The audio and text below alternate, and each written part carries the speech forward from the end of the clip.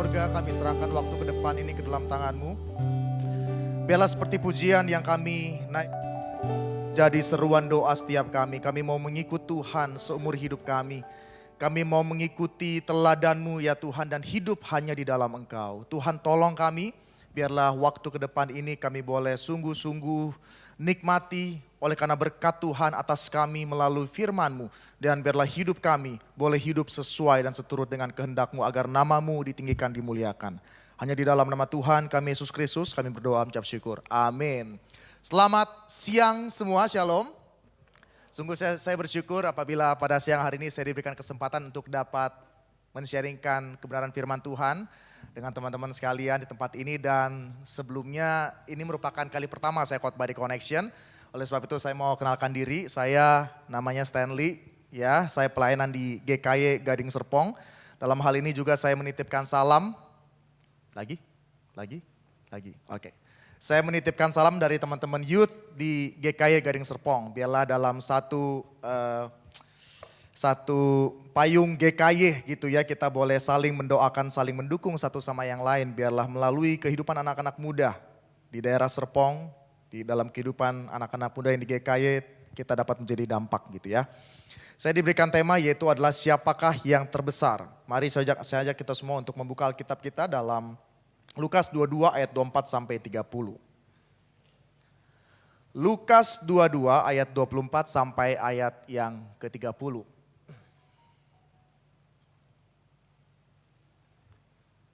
Iya, kalau teman-teman sudah mendapatkannya saya akan baca bagi setiap kita. Lukas 22 ayat 24 sampai ayat yang ke-30. Demikian firman Tuhan.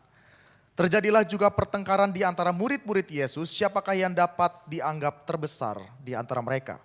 Yesus berkata kepada mereka, raja-raja, bangsa-bangsa memerintah rakyat mereka dan orang-orang yang menjalankan kuasa atas mereka disebut pelindung-pelindung. Tetapi kamu tidaklah demikian. Melainkan yang terbesar di antara kamu hendaklah menjadi sebagai yang paling muda dan pemimpin sebagai pelayan.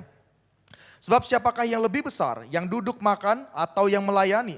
Bukankah dia yang duduk makan, tetapi aku ada di tengah-tengah kamu sebagai pelayan. Kamulah yang tetap tinggal bersama-sama dengan aku dalam segala pencobaan yang aku alami. Dan aku menentukan hak-hak kerajaan bagi kamu, sama seperti Bapakku menentukannya bagiku. Bahwa kamu akan makan dan minum semeja dengan aku, dan aku di dalam kerajaanku, dan kamu akan duduk di atas tahta untuk menghakimi kedua belas suku Israel. Terpujilah nama Tuhan. Bentar ya teman-teman ya, saya atur timer 25 menit ya, supaya waktu teman-teman bisa lebih efektif ya. Dan sudah bisa kontak temannya kalau misalnya ada janjian 30 menit doang kok hari ini gitu. Ya teman-teman, kalau kita berbicara mengenai siapa yang terbesar ya, saya percaya belakangan ini kita akrab dengan istilah ini teman-teman. GOAT, greatest of all time. Dan kalau kita melihat greatest of all time, seringkali istilah ini sangat erat dikaitkan dengan dua orang ini teman-teman. Ya, Messi dan Ronaldo, di mana mereka disematkan istilah ini, predikat ini, greatest of all time. Oleh karena prestasi mereka di dunia sepak bola yang mungkin sangat sulit untuk dijangkau dengan pemain atau pesepak bola yang ada sampai hari ini teman-teman. Mereka dikatakan greatest of all time oleh karena mereka memiliki prestasi yang begitu luar biasa, baik itu di kancah klub ataupun di kancah internasional. Dan baru-barusan ini katanya istilah greatest of all time ini katanya tidak boleh dua, tetapi satu aja. Dan katanya satu itu sudah dimenangkan oleh Lionel Messi. Oleh karena dia sudah komplit trofinya. Sekalipun ada yang bilang Piala Dunia itu settingan teman-teman. Yang pendukung Argentina boleh angkat tangan? Siapa yang percaya ini settingan teman-teman? Wah settingan ya. Iya teman-teman, apapun istilahnya, apapun yang kita anggap sebagai settingan, tetapi mereka beranggapan yang menjadi greatest of all time itu adalah Lionel Messi.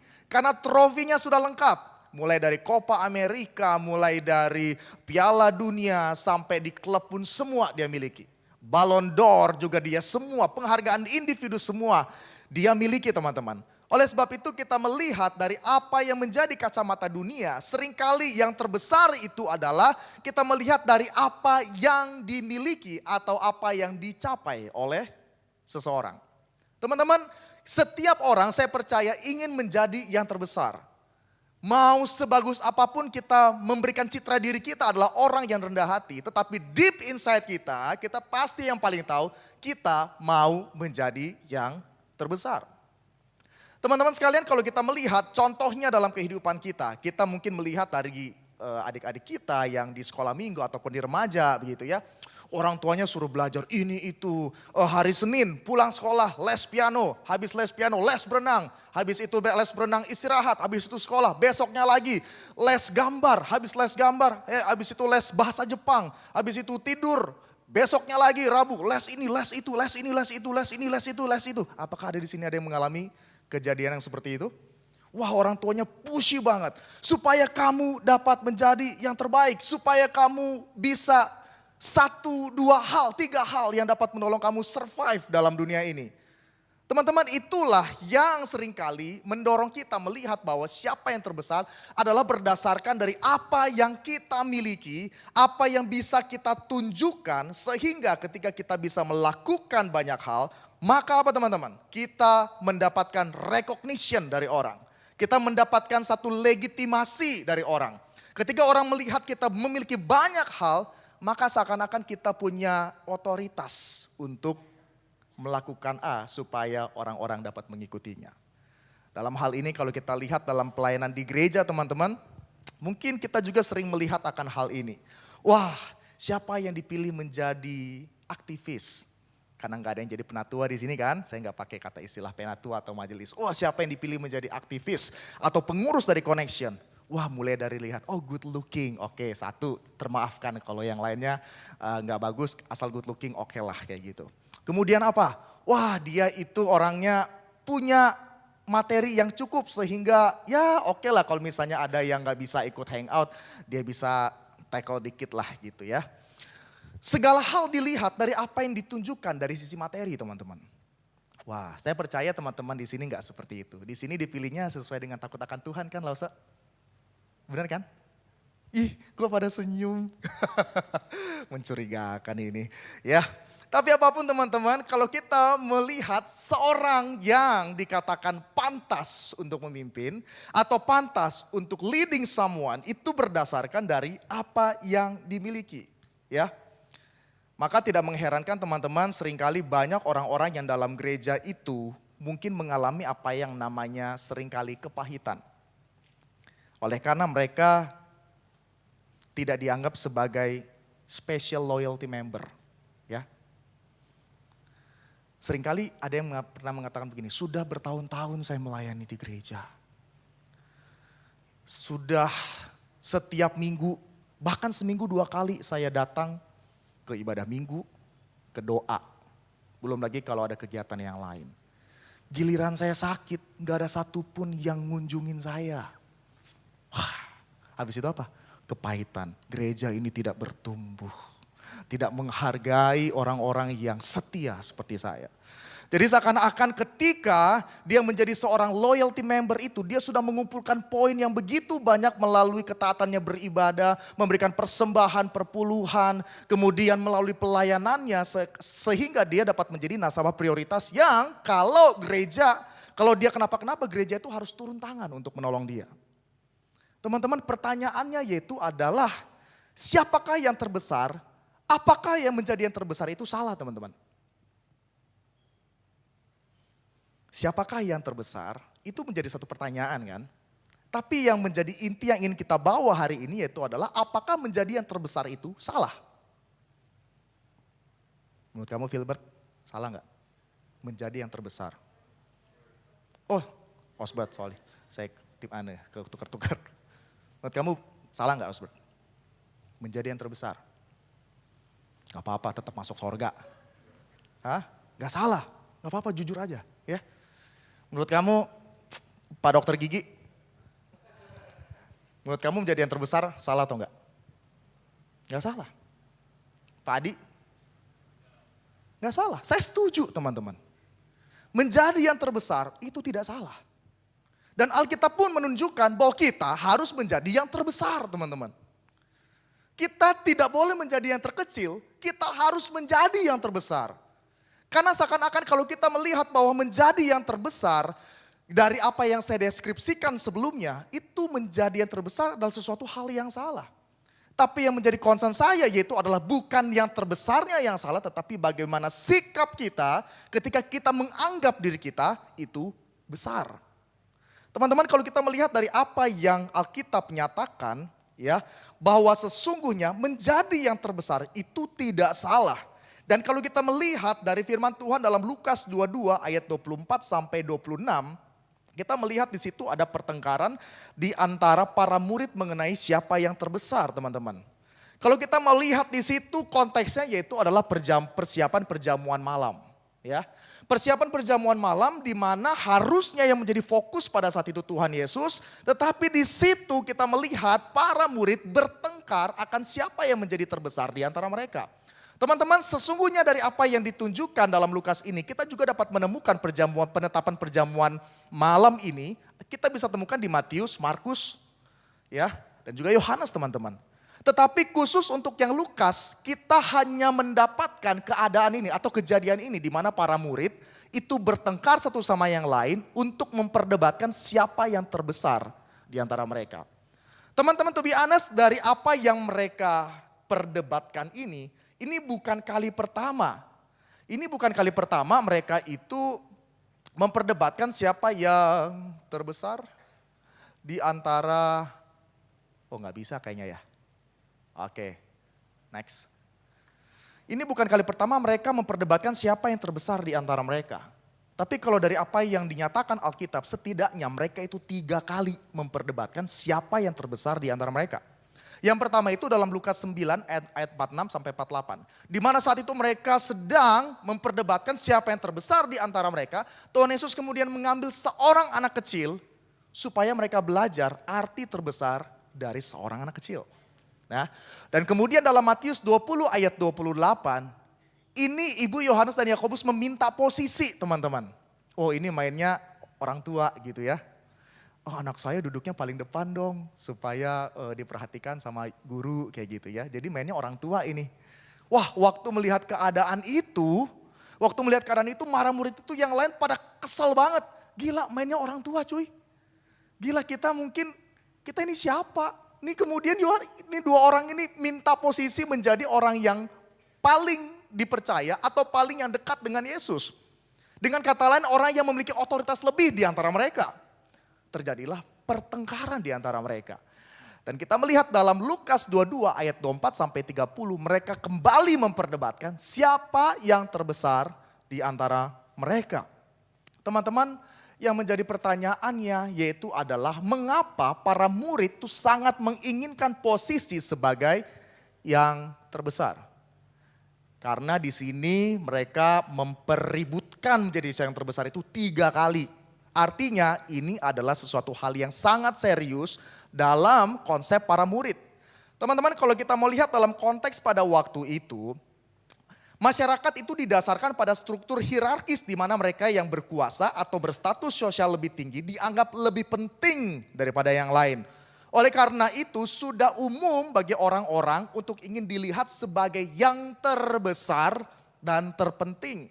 Selain itu ada penafsir yang mengatakan bahwa para murid ini mungkin bersaing untuk mendapatkan posisi kekuasaan di kerajaan Yesus yang akan datang yang mereka yakini itu sudah sangat dekat. Jadi teman-teman, konsep apokaliptik para murid pada saat itu adalah bukan posisi yang nun jauh di sana, bukan teman-teman. Jadi konsep apokaliptik mereka itu adalah sesuatu yang sangat dekat. Begitu dekat, termasuk dalamnya Paulus, teman-teman. Jadi ibaratnya Tuhan Yesus datang, jadi mereka punya konsep bahwa udah deket nih Tuhan Yesus mau datang. Udah deket nih akhir dari kesudahannya. Sudah dekat.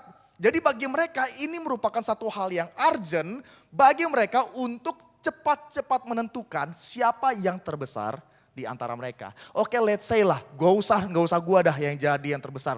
At least yang sering menjadi circle-nya Tuhan Yesus salah satunya adalah Yohanes dan Petrus. At least gue dekat sama mereka lah gitu ya. Gue dekat sama mereka, kalau mereka ntar menjadi posisi yang baik, gue bisa nebeng sama mereka. Nebeng beken, nebeng punya otoritas. Dan dari konsep para murid pada bagian ini, mereka itu adalah, mereka memiliki konsep bahwa hal ini adalah suatu hal yang wajar untuk dilakukan. Jadi mereka itu dekat sama Tuhan Yesus, oleh karena mereka berpikir bahwa ketika bersama dengan Tuhan Yesus, suatu saat nanti mereka punya otoritas lebih untuk memerintah. Teman-teman, kalau pada zaman itu, dalam bahasa Yunani dan masyarakat Romawi kuno, mereka mengenal istilah yang namanya benefaktor, teman-teman. Ya, istilahnya itu adalah benefaktor. Apa itu benefaktor? Benefaktor adalah istilah bahasa yang digunakan dalam bahasa Yunani dan masyarakat Romawi, yaitu ditujukan kepada golongan putri, raja, kekaisaran Romawi atau dewa-dewa yang dapat menolong mereka mendapatkan sesuatu posisi atau jabatan penting. Ya, jadi kalau misalnya para murid ini dekat sama Tuhan Yesus, mereka itu menganggap Tuhan Yesus sebagai benefaktor. Jadi kalau mereka dekat sama Tuhan Yesus, istilahnya begini, gue udah ikut lu nih ya, udah ikut sengsara, udah ikut diusir-usir orang, udah ikut usir setan, segala macam pelayanan. Maka saya ada legitimasi untuk nanti ketika kau memerintah, angkat gue juga ya. Jangan lupain gue. Jadi ini seperti simbiosis mutualisme. Karena mereka berpikir Yesus Kristus itu sebagai benefaktor bagi mereka.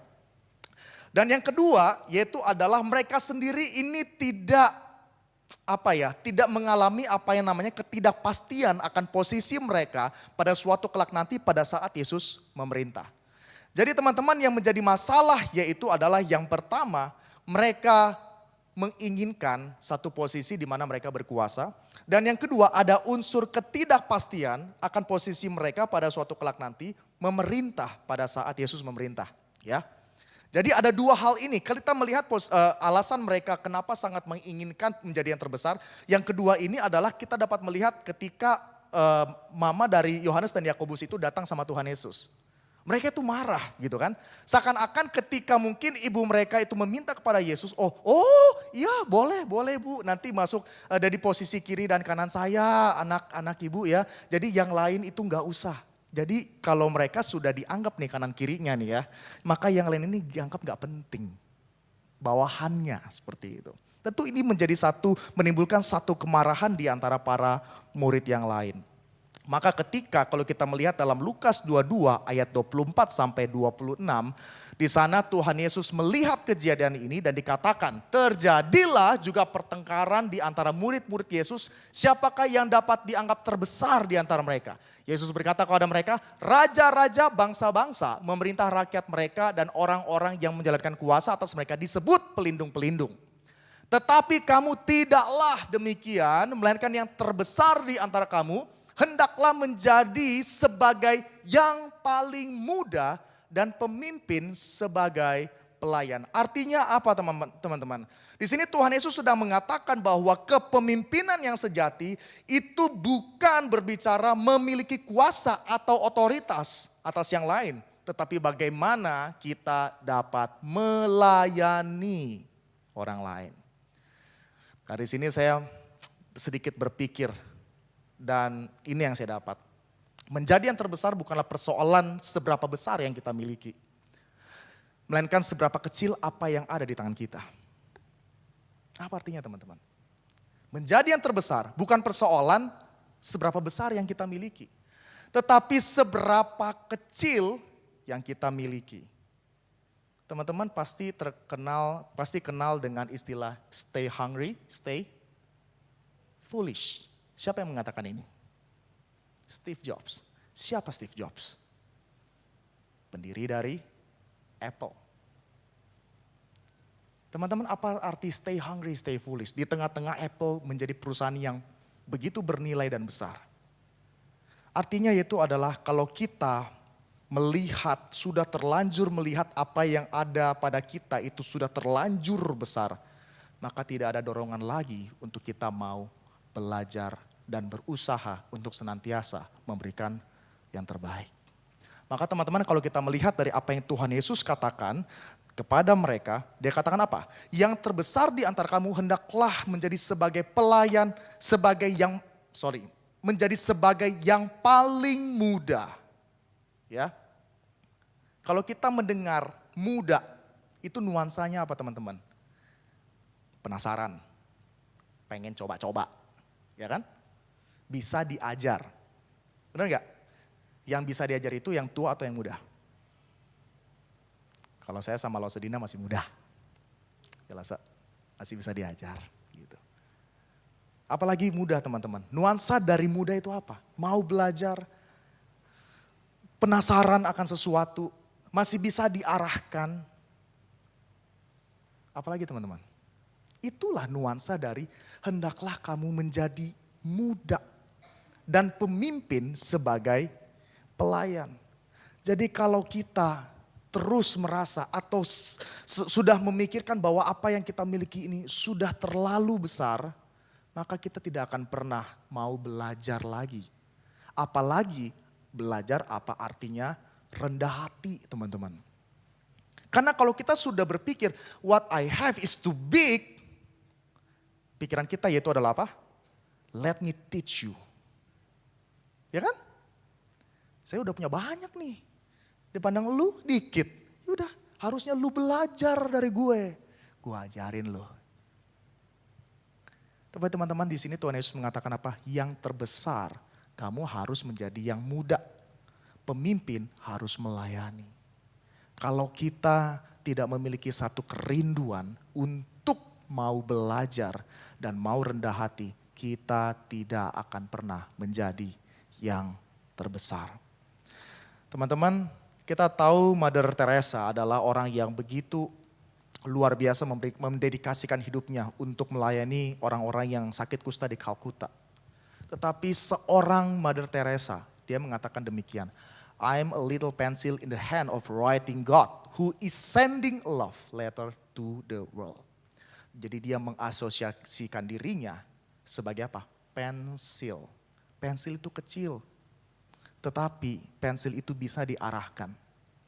Pensil itu mau diarahkan kepada sang penulis. Tapi coba kalau Mother Teresa mengatakan hal yang lain. Saya pikir ini kita dapat memahami esensinya, arti menjadi yang terbesar. Teman-teman, kalau dari apa yang menjadi predikat Mother Teresa, apakah dia berotoritas untuk mengatakan sesuatu kepada dunia? Kita harus galang dana untuk kesembuhan di Kalkuta. Bisa nggak dia mengatakan kayak begitu? Wah, saya percaya bisa banget. Negara-negara akan mengumpulkan banyak hal karena siapa yang tidak tahu Mother Teresa? Dia orang yang baik. Dia orang yang memiliki dalam tanda kutip kebajikan yang melebihi dari orang lain. Jadi satu hal yang wajar ketika dia say something, itu adalah perkataan yang berotoritas. Tapi di sini dia katakan, I am a little pencil in the hand of a writing God. Saya hanya sebuah pensil yang ada di tangan Allah yang sedang menulis. Apapun yang menjadi tulisan Tuhan, I will obey. Teman-teman sekalian, ini yang menjadi satu perenungan kita. Godaan kekuasaan itu tidak hanya menjangkiti orang tua teman-teman. Tapi itu sudah menjadi natur kita, orang yang berdosa. Kita mau menjadi yang terbesar. Waktu Adam dan Hawa jatuh ke dalam dosa, apa yang ditawarkan iblis? Kalau kamu makan buah ini, kamu akan sama seperti Allah. Kemudian apa yang dilakukan mereka? Oh jangan, saya harus rendah hati. Karena saya tahu saya adalah ciptaan dan Tuhan adalah pencipta. Apakah demikian? Tidak. Karena tawaran itu begitu menarik. Kalau kamu makan buah ini, kamu akan sama seperti Allah. Dengan kata lain yaitu adalah if I could be the greatest, who need God? Siapa yang butuh Tuhan? Kalau saya bisa at the same level with God, who need God? Siapa yang butuh Tuhan? Makanya kita perlu belajar dengan seorang yang bernama Yohanes Pembaptis. Ketika dia tahu perannya sebagai pembuka jalan bagi Sang Mesias itu. Dia katakan apa? Seperti pujian yang tadi kita nyanyikan, aku harus semakin kecil dia harus semakin besar. Ketika kita melihat sungguh-sungguh apa yang Yesus kerjakan di atas kayu salib, harusnya menggerakkan setiap kita bahwa kita pun harus meneladani atau memahami makna arti terbesar itu dari teladan Tuhan Yesus. Dalam Lukas 22 ayat 27, Tuhan Yesus mengatakan apa? Sebab siapakah yang lebih besar, yang duduk makan atau yang melayani? Bukankah dia yang duduk makan? Tetapi aku di tengah-tengah kamu sebagai pelayan. Teman-teman, kita mungkin tidak akan melihat gambaran secara utuh dari Lukas 22 ayat 27 ini. Tetapi setidaknya kita bisa dibantu dalam Yohanes 13 ayat 12 sampai 17, konteks yang paling dekat melengkapi dari apa yang terjadi dalam Lukas 22. Di situ Tuhan Yesus memberikan satu teladan apa teman-teman? Sesudah ia membasuh kaki mereka, ia mengenakan pakaiannya dan kembali ke tempatnya. Lalu ia berkata kepada mereka, mengertikah kamu apa yang telah kuperbuat kepadamu? Kamu menyebut aku guru dan Tuhan, dan katamu itu tepat, sebab memang akulah guru dan Tuhan. Jadi jikalau aku membasuh kakimu, aku yang adalah guru Tuhan dan gurumu, maka kamu pun wajib saling membasuh kakimu, sebab aku telah memberikan suatu teladan kepada kamu, supaya kamu juga berbuat sama seperti yang telah kuperbuat kepadamu. Aku berkata kepadamu, sesungguhnya seorang hamba tidaklah lebih tinggi daripada tuannya, ataupun seorang utusan daripada dia yang mengutusnya. Jikalau kamu tahu semua ini, maka berbahagialah kamu jika kamu melakukannya. Aku adalah pelayan di antara kamu. Dan Tuhan Yesus menunjukkan dalam Yohanes 13, dia merendahkan dirinya menjadi seorang budak, hamba. Bahkan dia mengasosiasikan dirinya sebagai apa? Non-Yahudi. Karena yang menjadi hamba dan budak pada saat itu hanyalah orang non-Yahudi. Ketika mereka membasuh kaki, orang Yahudi itu najis untuk melakukan hal yang demikian. Hanya non-Yahudi yang sebagai budak yang pantas untuk melakukan kegiatan penyucian kaki. Dia merendahkan diri serendah-rendahnya. Teladanilah aku, itu yang Yesus katakan. Bahkan yang menjadi puncaknya dalam Filipi 2 ayat 5 sampai 8. Dikatakan apa?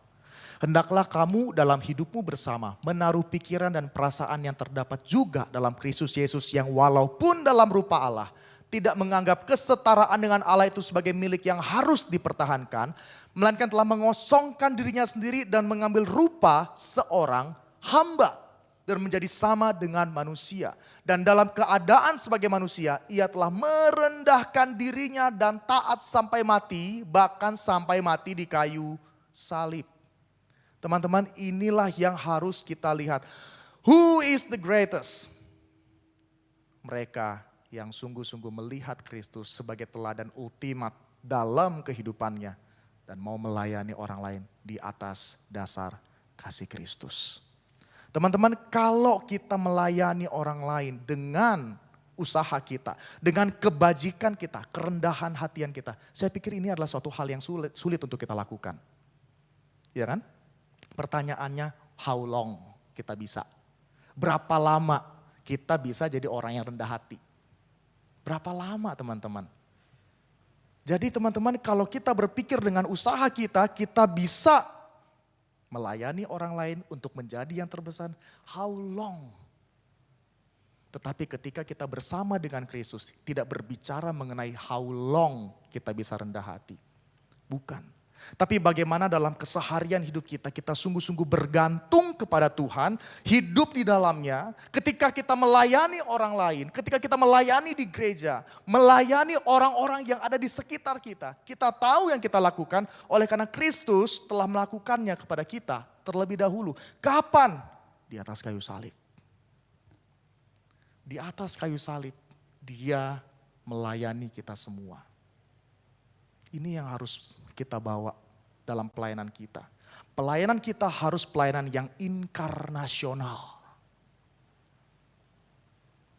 Di mana ketika kita membawa pelayanan kita, kita dasarkan di atas pengorbanan Kristus di atas kayu salib. Maka ketika kita melayani, kita menerima teguran dari orang lain. Tadi main lu fales. tadi lu main drumnya ngaco, harusnya lu pukurnya di snare, bukan di kick. Misalnya kayak gitu ya. Ih gila gue udah belajar bertahun-tahun main drum, gue gak bisa ditegur. Contoh, tapi ini contoh doang ya. Tadi mainnya keren-keren gitu. Kita gak bisa menerima teguran. Oh apalagi kita seperti yang saya katakan, kita nasabah prioritas teman-teman. Udah lama ya melayani di gereja, udah rajin, udah bangkotan di connection misalnya. Kemudian ada anak yang 2-3 tahun kasih kita teguran begini. Kok kalau datang jangan telat ya. Gak enak nih. Gila lu anak baru tegur gue. Lu gak tahu gue siapa. Wes, kayak gitu teman-teman. Jadi teman-teman kalau kita sungguh-sungguh menggumuli satu pelayanan yang sifatnya inkarnasional. Kita mau meneladani Kristus dan sama seperti Kristus memiliki kerendahan hati. Bahkan dia menundukkan dirinya untuk melayani. Oleh karena dia tahu inilah yang mempermuliakan nama Tuhan. Siapakah yang terbesar? Setiap kita yang mau meneladani Kristus. Menjadi terbesar adalah salah? Tidak teman-teman. Tapi lakukanlah itu sesuai dengan apa yang Alkitab nyatakan.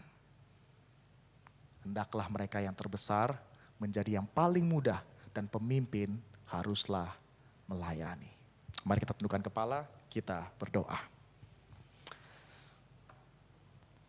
Bapa di sorga, biarlah firman Tuhan yang kami renungkan hari ini ya Tuhan boleh menolong kami, membentuk hidup kami. Agar kami sebagai anak-anak-Mu ya Tuhan dapat melayani Engkau, dapat melayani sesama kami. Oleh karena didasarkan oleh kasih Kristus. Oleh karena Engkau Allah yang telah melayani kami terlebih dahulu, bahkan menebus kami. Biarlah apapun yang kami lakukan ya Tuhan, sungguh-sungguh mempermuliakan Engkau. Dalam pelayanan kami tahu ada kalanya tidak sempurna. Kami seringkali rebel ya Tuhan, atau seringkali berang ketika ada yang memberikan kritik terhadap kami. Tapi ketika kami boleh melihat ada kasih Kristus yang besar atas kami. Kami mau menjadi pelayan-pelayan-Mu, menjadi pemimpin-pemimpin yang rendah hati. Oleh karena Engkau Allah yang telah menunjukkan apa arti yang terbesar sesungguhnya. Kami serahkan Tuhan waktu ini ke dalam tangan-Mu. Berbicara kepada setiap kami ya Tuhan. Terus tuntun kami dalam kehidupan kami setiap hari. Hanya demi nama Tuhan kami Yesus Kristus kami berdoa dan mengucap syukur. Amin.